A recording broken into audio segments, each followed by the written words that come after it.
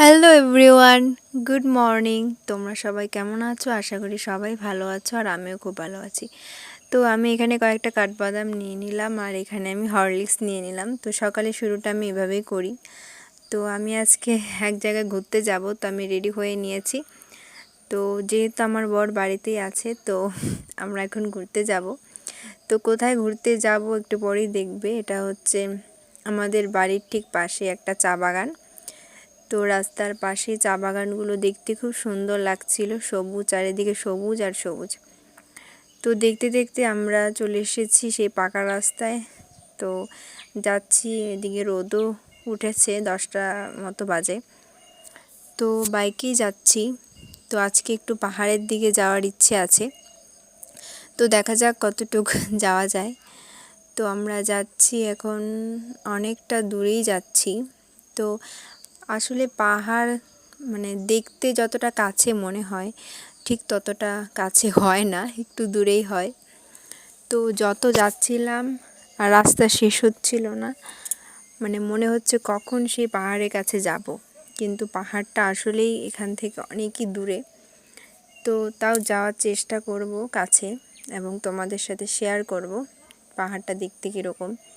তো আমরা আজকে যাচ্ছি ঠিক চুনিয়া পাহাড় বা চুনিয়া বাজারে যেখানে হয়।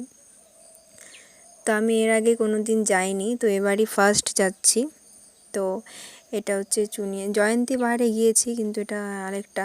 তো দেখো, এটা হচ্ছে খ্রিস্টানদের কিছু একটা, মানে খ্রিস্টানদের মানে মারা গেলে যখন এখানে রাখা হয় আর কি।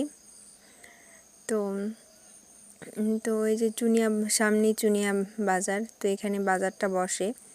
তো এখন তো সকালবেলা তো বাজার বসে না ঠিক, তো হয়তো বিকেলের দিকেই বসে, ঠিক জানা নেই আমার।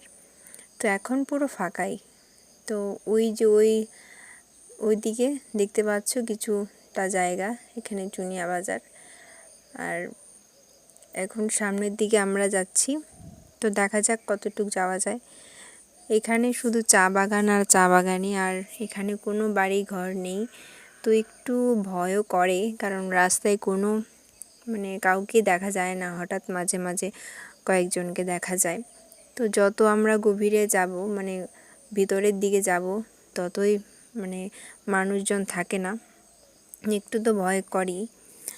আর তাও আমরা সকালবেলা যাচ্ছি দেখে অত একটা ভয় করেনি, মানে একটু ভিতরের দিকে না, তো এখানে শুধু চা বাগান আর চা বাগান, আর কিছুই দেখা যায় না। তো চা বাগান, তো এখানে আমরা একটু দাঁড়াবো, দাঁড়িয়ে আমি কয়েকটা ফটোশ্যুট করে নেব। আর এই ফটোগুলো আমাকে তুলে দিয়েছে আমার হাজব্যান্ড। তো কেমন হয়েছে সবাই বলবে। তো একটু চা বাগানেও গিয়েছিলাম, চা বাগানে গিয়ে একটু ছবি উঠে নিয়েছি। তো এই ভিডিওটা আমি লং করব না, কারণ এই ভিডিওটা অনেকটা আছে, আমরা আরেকটা পাহাড়ের দিকে উদ্দেশ্যে রওনা দেব। তো এটা পার্ট 1 ব্লগ, তো পার্ট 2 অবশ্যই আসবে। Thank you.